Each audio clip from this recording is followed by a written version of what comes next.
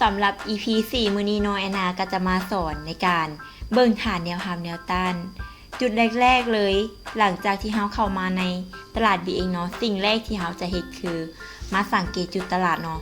เฮาจะเลือกเป็นกราฟ BTC อีเธเรียมหรือว่าทองคำหรือจะเป็นดอทคอยเนาะ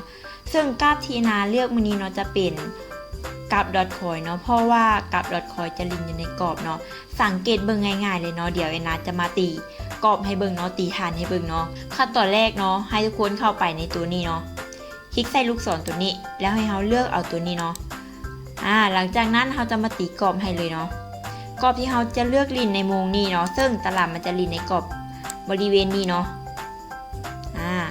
เราดึงลากมาเลยเนาะหลังจากที่เราได้จุดที่ว่าเป็นฐานแล้วพอจุดที่ว่าเราต้องการตีกรอบให้มันแล้วเรากะยุดในบริเวณนั้นเนาะถ้าว่าเราต้องการที่จะขยายไปด้านนี้เนาะเรากะกดขยายไปได้เลย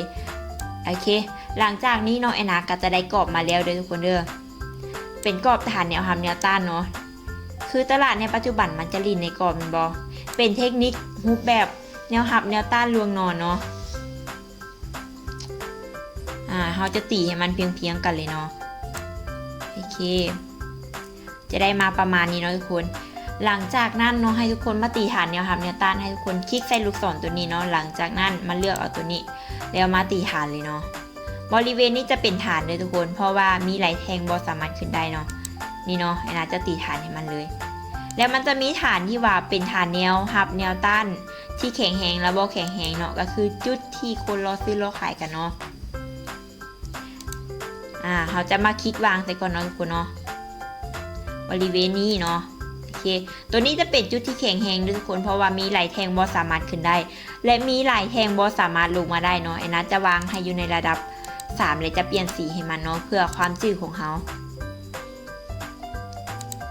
ยังมีบริเวณหนึ่งอีกเนาะ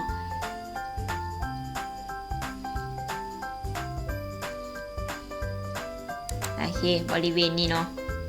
หลังจากนั้นเราก็จะได้ฐานมาแล้วแต่ว่าฐาน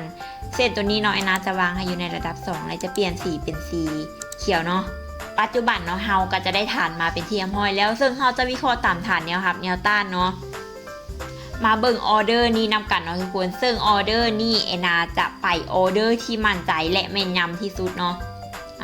เราจะเลือกไปเพียงแต่1ออเดอร์ที่แม่นยำและให้ออเดอร์นั้นมีกำไรพร้อมกับต้นทุนของเขาซึ่งออเดอร์นี้ไอ้นากับไปอยู่ที่70เหรียญเนาะไปอยู่ที่70โอเคตามซื้อขึ้นไปเนาะทุกคน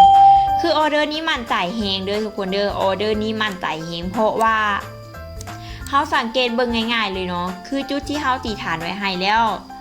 แท่งสีเขียวแท่งรอออกออเดอร์ของเขาเนาะมีการขึ้นไปฮอตครึ่งทางฮอตครึ่งทางก็คือบ่ได้ต่ำฐานตัวนี้เนาะบ่ได้ไกลที่ว่าจะฮอดบ่ได้ใกล้เคียงที่ว่าถ้าว่ามีเฮงซื้อขึ้นไปเนาะมันจะต่ำฐานลงมาแต่นี่คือมันมีโอกาสที่จะขึ้นไปเก็บได้หลายเพราะพื้นที่มันยังหลายเนาะทุกคนเนาะเข้าใจนำกันเนาะเลยเห็นให้เฮาได้กำไรในเพียง1ออเดอร์และเฮาบ่จำเป็นต้องออกหลายๆออเดอร์ซ้ำๆแต่ว่าความเสี่ยงสูงเนาะแต่ว่าเฮาจะออกออเดอร์2ออเดอร์เพื่อให้ลดความเสี่ยงลงและเป็นออเดอร์มั่นใจสำหรับ EP 4 มื้อนี้เนาะไอ้นากาจะมีเพียงเท่านี้เนาะทุกคนลองเอาเทคนิคนี้ไปลองใช้กันลองเบิ่งถ้าว่าบ่เข้าใจเนาะสามารถคอมเมนต์ใต้วิดีโอ